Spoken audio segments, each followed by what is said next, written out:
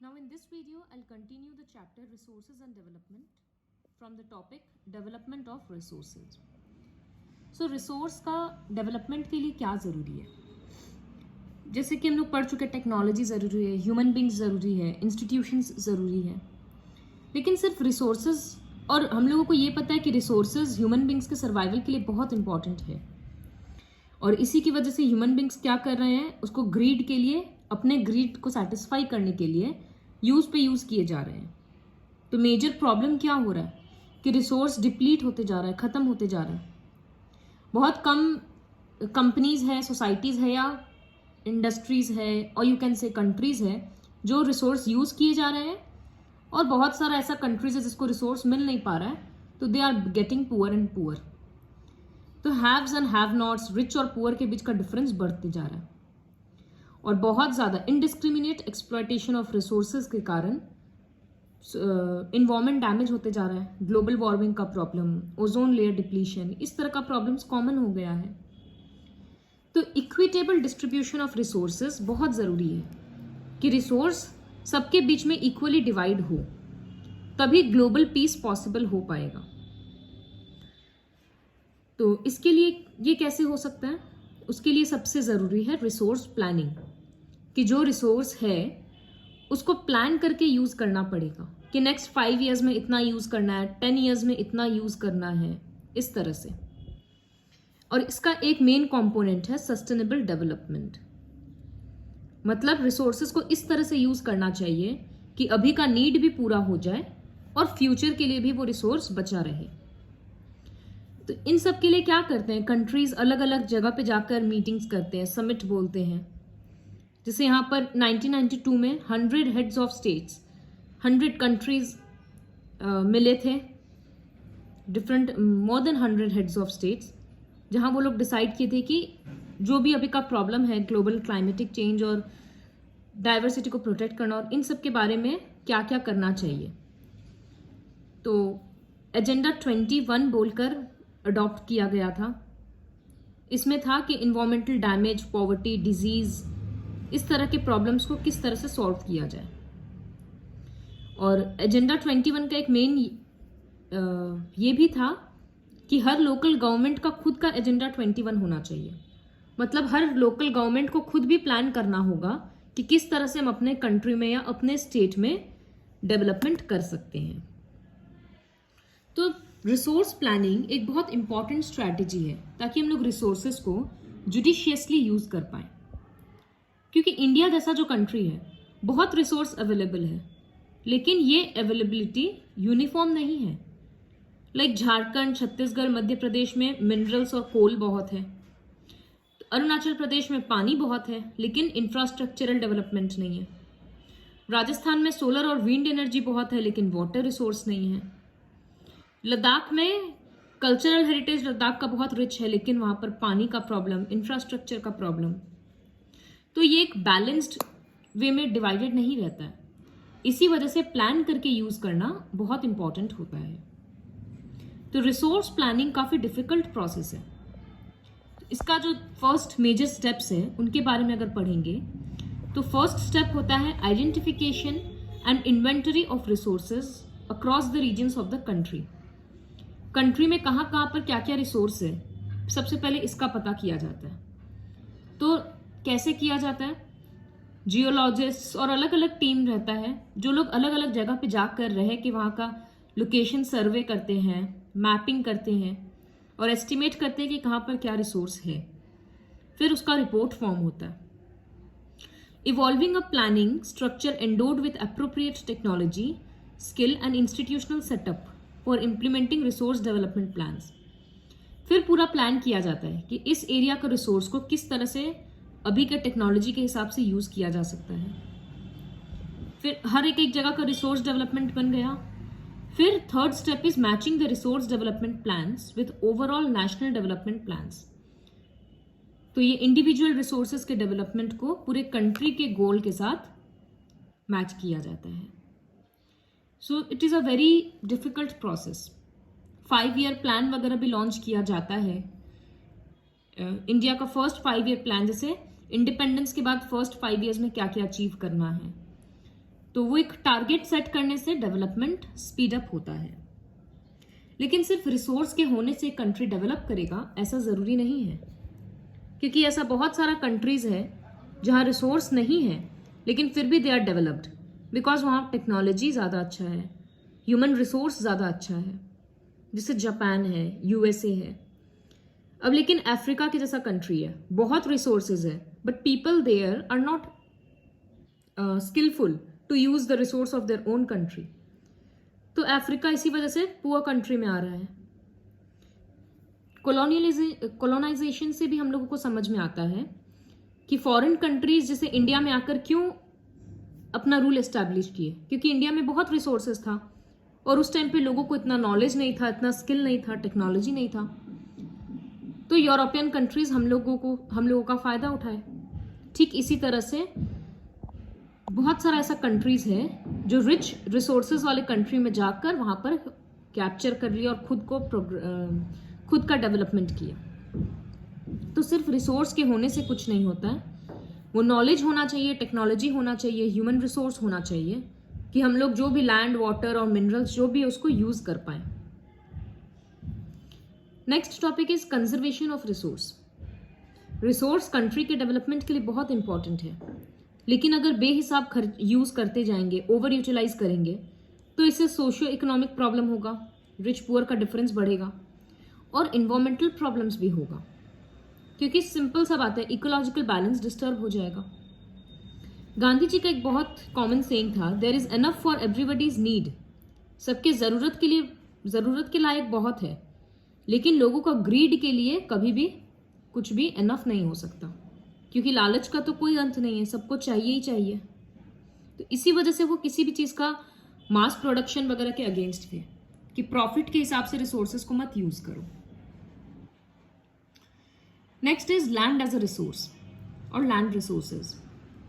तो लैंड एक बहुत इंपॉर्टेंट रिसोर्स है, क्योंकि इसी के ऊपर वेजिटेशन होता है, वाइल्ड लाइफ रहता है, ह्यूमन बींग्स रहते हैं, अलग अलग इकोनॉमिक एक्टिविटीज होता है, ट्रांसपोर्टेशन होता है, सब कुछ तो लैंड के ऊपर ही है। और लैंड एक्चुअली फाइनाइट है, मतलब लिमिटेड है। तो अब लिमिटेड जगह को यूज करने के लिए बहुत अच्छे से प्लानिंग का जरूरत पड़ता है। यहाँ पर लैंड का डिस्ट्रीब्यूशन है कि 43% इंडिया का लैंड प्लेन एरिया में है, जहां पर एग्रीकल्चर और इंडस्ट्रीज बहुत है। माउंटेन्स 30% है, तो वहां से रिवर का सप्लाई बहुत अच्छा है, मतलब रिवर वाटर मिलता है, टूरिज्म के लिए अच्छा है, वाइल्ड लाइफ के लिए अच्छा है। और 27% प्लेटू है, प्लेटूज में मिनरल्स बहुत रहता है। तो ये लैंड रिलीफ फीचर्स हैं इंडिया का, और किससे क्या बेनिफिट है वो पता चल रहा है। लैंड को किस तरह से यूटिलाइज किया जाता है, तो लैंड रिसोर्सेज का अलग अलग यूज है, जैसे फॉरेस्ट, फिर है लैंड में कभी बिल्डिंग, ब्रिजेस, रोड्स, तो कंस्ट्रक्शन वर्क के लिए यूज किया जाता है, जिसको बोला जाता है नॉन एग्रीकल्चरल यूज। और कुछ लैंड है जो वेस्ट लैंड के तौर पे पड़ा है या बैरन है, मतलब अनफर्टाइल है। फिर अदर अनकल्टिवेटेड लैंड, जैसे कुछ लैंड है जहां पर सिर्फ गाय बकरी के चरने के लिए ही है परमानेंटली, तो उसको बोलते हैं permanent pastures and grazing land. Land under miscellaneous tree crops groups, जहां पर ट्री क्रॉप्स ग्रो किया जाता है। और कल्टिवेबल वेस्ट लैंड, इसका मतलब 5 साल से वहां पर कोई कल्टीवेशन नहीं हुआ है, अलग अलग प्रॉब्लम्स के कारण। तो ये 3 कैटेगरी हो गया लैंड यूज का। फोर्थ है फैलो लैंड्स, मतलब 1 साल से या उससे कम साल एग्रीकल्चरल ईयर के हिसाब से उस जमीन को खाली छोड़ दिया गया है, वहां पर फार्मिंग नहीं हो रहा। उसका अलग अलग रीजन होता है, कभी कभी लैंड को फैलो छोड़ दिया जाता है खाली, ताकि उसका न्यूट्रिएंट्स वापस से रिप्लेनिश हो सके। और अदर देन करंट फैलो, मतलब left uncultivated for the past 1 to 5 years, 1 से 5 साल के लिए उस लैंड में कोई कल्टीवेशन नहीं हुआ। फैमिली डिस्प्यूट है, सपोज किसी का लैंड है, उस पर कोई केस चल रहा है, तो वहां पर कोई काम नहीं कर पा रहा है, इस तरह से भी होता है। And the 5th category is net sown area. Net sown area मतलब जहां पर 1 साल में 1 क्रॉप लगाया जाता है, और कुछ कुछ एरिया होता है जहां पर एक साल में एक से ज्यादा क्रॉप लगाया जाता है। तो ये दोनों कैटेगरी को मिलाकर बनता है ग्रोस क्रॉप्ड एरिया, मतलब टोटल कितना एरिया में क्रॉपिंग हो रहा है। So these are the various categories of land utilisation. Land use pattern दोनों फिजिकल फैक्टर्स जैसे टोपोग्राफी, क्लाइमेट, सॉइल टाइप इस पे डिपेंड करता है, और ह्यूमन फैक्टर्स पे भी डिपेंड करता है कि किस जगह पे कितना पॉपुलेशन है, वहां पर लेबर मिलेगा कि नहीं, टेक्नोलॉजी किस तरह का है, कल्चर और ट्रेडिशन कैसा है। इन सब पे डिपेंड करता है कि एक पर्टिकुलर एरिया का लैंड किस तरह से यूज किया जा रहा है। इंडिया में टोटल 3.28 मिलियन स्क्वायर किलोमीटर्स का लैंड है, लेकिन इनमें से सिर्फ 93% यूज किया जा सकता है, बिकॉज कहीं कहीं स्टेट का, अब जैसे कुछ कुछ स्टेट है जैसे जम्मू एंड कश्मीर का कुछ पार्ट, क्योंकि उसको यूज नहीं कर सकते क्योंकि चाइना या पाकिस्तान के साथ वो कन्फ्लिक्ट में रहता है। कुछ कुछ एरियाज है जो एक्सेसिबल नहीं है माउंटेन होने के कारण या बहुत डेंस फॉरेस्ट होने के कारण, तो वो सब लैंड यूटिलाइज नहीं कर पा रहे हैं। लैंड अंडर परमानेंट पैस्चर भी डिक्रीज होते जा रहा है, तो हम लोग अपने ह्यूज कैटल पॉपुलेशन को किस तरह से फीड करेंगे अगर पैस्चर लैंड नहीं मिलेगा। तो बहुत सारा ऐसा लैंड है जिसको पुअर क्वालिटी या फिर कल्टीवेशन का कॉस्ट बहुत ज़्यादा है, तो इस वजह से भी वो छोड़ दिया गया है। 2-3 साल में एक बार उसमें कल्टीवेशन होता है। The pattern of net sown area varies greatly from one state to another. जैसे पंजाब और हरियाणा में it is over 80% of the total area in Punjab and Haryana. मतलब पंजाब और हरियाणा में ऐसा बहुत सारा जमीन है जहां पर सिर्फ एक बार क्रॉप लगाया जाता है एक साल में, लेकिन अरुणाचल प्रदेश, मिजोरम इस तरह में ये परसेंट 10% है। इसका मतलब ज्यादा से ज्यादा एरिया में एक से ज्यादा क्रॉप लगाया जाता है। एक कंट्री में 33% एरिया फॉरेस्ट होना चाहिए नेशनल फॉरेस्ट पॉलिसी के अकॉर्डिंग, तभी वो इकोलॉजिकली हेल्दी रहेगा वो कंट्री। लेकिन इंडिया में ऐसा नहीं है, बहुत कम है ये परसेंटेज। तो इसका मतलब समझ में आ रहा है कि लोगों को कितना प्रॉब्लम हो रहा है, क्योंकि बहुत लोगों का लाइवलीहुड होता है जो फॉरेस्ट के ऊपर डिपेंड करता है, फॉरेस्ट के आसपास रहने वाले लोगों का, और इकोलॉजी भी डिसबैलेंस हो रहा है। Part of the land is termed as wasteland and land put to other non agricultural uses. Wastelands क्या होता है, जैसे रॉकी एरिया है या डेजर्ट है जहां पर कुछ काम कर नहीं सकते क्योंकि गर्मी बहुत है या पत्थर बहुत ज्यादा है। और land put to non agricultural use मतलब जिसमें एग्रीकल्चर रिलेटेड कोई काम नहीं हो रहा है, जैसे रोड बनाना, रेलवे, इंडस्ट्रीज, इस तरह का यूज है। अगर एक ही लैंड को बार बार कल्टीवेशन करते रहे या बार बार यूज करते रहे तो वो लैंड डिग्रेड हो जाएगा, यूज करने लायक नहीं रहेगा, और सोसाइटी में और इन्वायरमेंट में फिर उसका बुरा असर पड़ेगा। So land degradation and conservation measures, अब इसको बचाने के लिए हम लोगों को प्रॉपर वे में प्लान करके रिसोर्सेज को कंजर्व करना पड़ेगा, लैंड को कंजर्व करना पड़ेगा। जिसे यहां पर अभी लिखा है, this are some facts like 130 million hectares of degraded land in India है अभी, जिसमें से 28% तो फॉरेस्ट डिग्रेडेड एरिया है, मतलब वो जंगल के कारण खराब हो चुका। 56% वाटर इरोडेड एरिया है कि पानी की वजह से खराब हो चुका, और बाकी सलाइन और अल्कलाइन डिपॉजिट्स, मतलब वहां पानी कम है। ह्यूमन एक्टिविटीज जैसे डिफॉरेस्टेशन, ओवरग्रेजिंग, क्वारिंग, माइनिंग, ये सब कुछ लैंड डिग्रेड करने का रीजन है। जो माइनिंग साइट्स वगैरह होता है, बहुत साल तक वहां माइनिंग का काम चला, अब वो लैंड ऐसे खाली पड़ा, ना वहां एग्रीकल्चर हो सकता है ना वहां कुछ कंस्ट्रक्शन वर्क किया जा सकता है, तो लैंड तो खराब हो गया। इस तरह का लैंड झारखंड, छत्तीसगढ़, मध्य प्रदेश और उड़ीसा वगैरह में बहुत है। फिर गुजरात, महाराष्ट्र, राजस्थान, इन सब में ओवरग्रेजिंग के कारण लैंड खराब हो गया और अब वो लैंड यूज में नहीं आ रहा। पंजाब, हरियाणा, उत्तर प्रदेश, ये सब जैसे एग्रीकल्चरल स्टेट्स है, तो यहाँ लैंड को इतना ज्यादा कल्टीवेट किया गया कि अंडर वाटर ग्राउंड वाटर खत्म हो गया, जिसकी वजह से सॉइल का सैलिनिटी बढ़ गया, मतलब सॉइल में पानी का कमी हो गया, और सॉल्ट कंसंट्रेशन ज़्यादा हो गया, तो अब वो लैंड कोई काम नहीं आ रहा। तो इस तरह से बहुत सारा है, जहां पर जो चीज़ ज़्यादा होता है उसकी वजह से वो लैंड खराब हो जा रहा है और फिर फ्यूचर यूज में नहीं आ पा रहा है।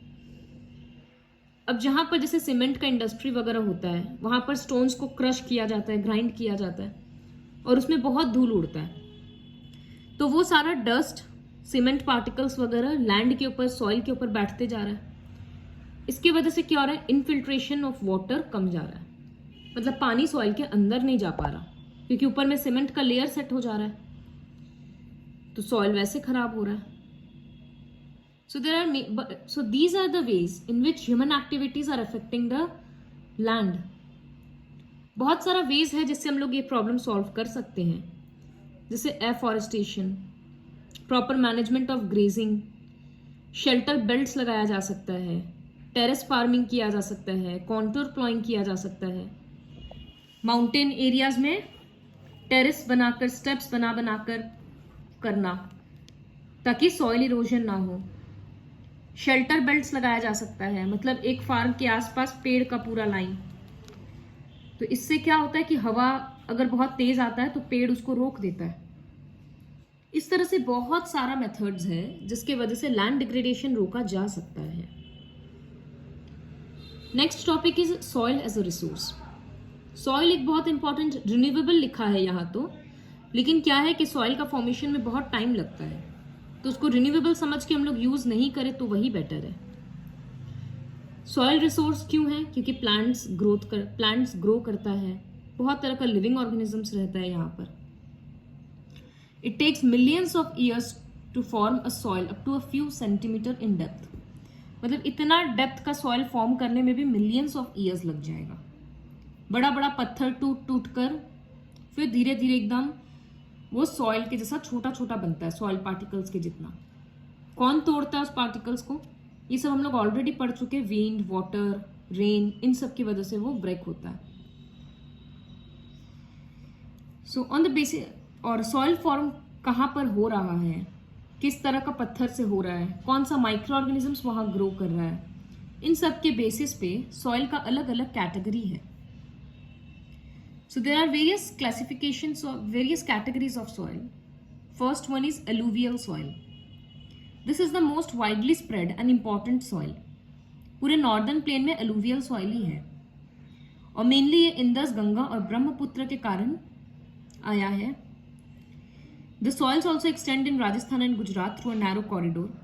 Alluvial soil महानदी, गोदावरी, ये सब के डेल्टा रीजन्स में भी है।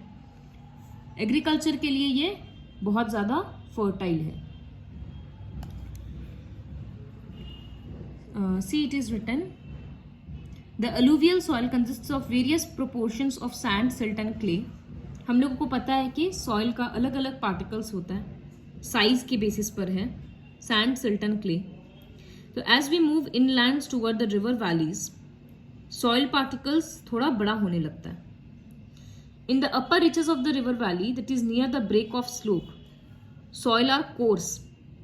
इसको पिडमॉन्ट प्लेन्स बोलते हैं। पिडमॉन्ट प्लेन मतलब ये पहाड़ है, धीरे धीरे इसका स्लोप कम रहा है, ये प्लेन एरिया है, तो ये जो स्लोप से प्लेन का एरिया होता है इसको पिडमॉन्ट प्लेन बोलते हैं। Apart from the size of the grains और कॉम्पोनेंट्स, सॉइल एज के बेसिस पे भी क्लासिफाई किया जा सकता है। जैसे ओल्ड अलूवियल सॉइल को बोलते हैं भंगार और न्यू अलूवियल सॉइल को बोलते हैं खदर। भंगार सॉइल में बड़ा बड़ा पत्थर वगैरह ज्यादा होता है और खदर में फाइन पार्टिकल्स, छोटा छोटा पार्टिकल्स ज्यादा है, इसी वजह से khadar is more fertile. Overall alluvial soils बहुत फर्टाइल होता है, तो वो एग्रीकल्चर के लिए बहुत ज्यादा यूज किया जाता है क्योंकि इसमें हर तरह का मिनरल्स होता है और इसी वजह से नॉर्दर्न प्लेन ज्यादा डेंसली पॉपुलेटेड है। Next is black soil. Black soil black colour का होता है, उसको रेगर सॉइल्स भी बोलते हैं। कॉटन का कल्टीवेशन के लिए ये सॉइल अच्छा है क्योंकि ये ऊपर ऊपर से ड्राई दिखता है लेकिन अंदर में पानी रहता है।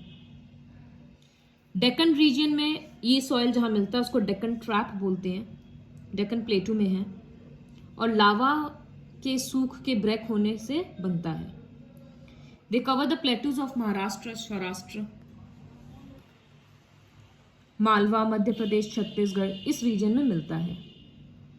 ब्लैक सॉइल में क्ले पार्टिकल्स बहुत है, तो इसी वजह से वो मॉइस्चर रिटेन कर पाता है। और इसमें अलग अलग मिनरल्स है, जैसे calcium carbonate, magnesium, potash, lime. इसमें फॉस्फोरस का कंटेंट कम होता है। और धूप में, हॉट वेदर सीजन में इसमें डीप क्रैक्स हो जाता है, तो ये बेनिफिशियल है क्योंकि सॉइल में अंदर तक हवा जा पाता है। जब गीला होता है तो ये सॉइल स्टिकी हो जाता है क्योंकि क्ले है, और ठीक से काम नहीं किया जाता जब तक इसमें ठीक से प्लॉइंग नहीं हो पाएगा। Next is red and yellow soils. Red soils igneous rock से बनता है जहां रेनफॉल कम होता है। रेड कलर का क्यों हो जाता है? क्योंकि इसमें आयरन, जब आयरन कंटेंट बढ़ जाता है तब वो रेड कलर का दिखने लगता है। And it looks yellow when it occurs in a hydrated form. पानी वगैरह ज्यादा रहेगा तो वो येलो कलर का दिखेगा। Next is laterite soil. ये उस तरह के रीजन में मिलता है जहां पर टेम्परेचर बहुत ज्यादा है और रेनफॉल बहुत ज्यादा है, तो ये बहुत फर्टाइल नहीं होता है क्योंकि सारा मिनरल्स तो बह जाता है। That is called leaching. Humus content इसी वजह से सॉइल का लो भी होता है क्योंकि माइक्रो ऑर्गेनिजम्स इतना गर्मी में सर्वाइव नहीं कर पाता। तो इसमें मैन्युअर वगैरह बहुत ज्यादा देंगे, मैन्युअर फर्टिलाइजर, तब जाकर इसमें कल्टीवेशन हो पाएगा। स्टेट्स दिया हुआ है जो तुम लोग खुद से पढ़ सकते हो। एरिड सॉइल रेड या ब्राउन कलर का होता है। इसमें सॉल्ट कंटेंट बहुत ज्यादा होता है, नमक बहुत ज्यादा होता है। क्लाइमेट ड्राई है तो पानी भी बहुत कम है, टेम्परेचर भी हाई रहता है, और इसमें कैल्शियम कंटेंट ज्यादा है, बड़ा बड़ा पत्थर रहता है, कंकर पार्टिकल्स। तो ये सॉइल बहुत अच्छे से कोई इरिगेशन कर पाए तभी ये यूज में आएगा। जैसे राजस्थान में इस तरह का सॉइल मिलता है।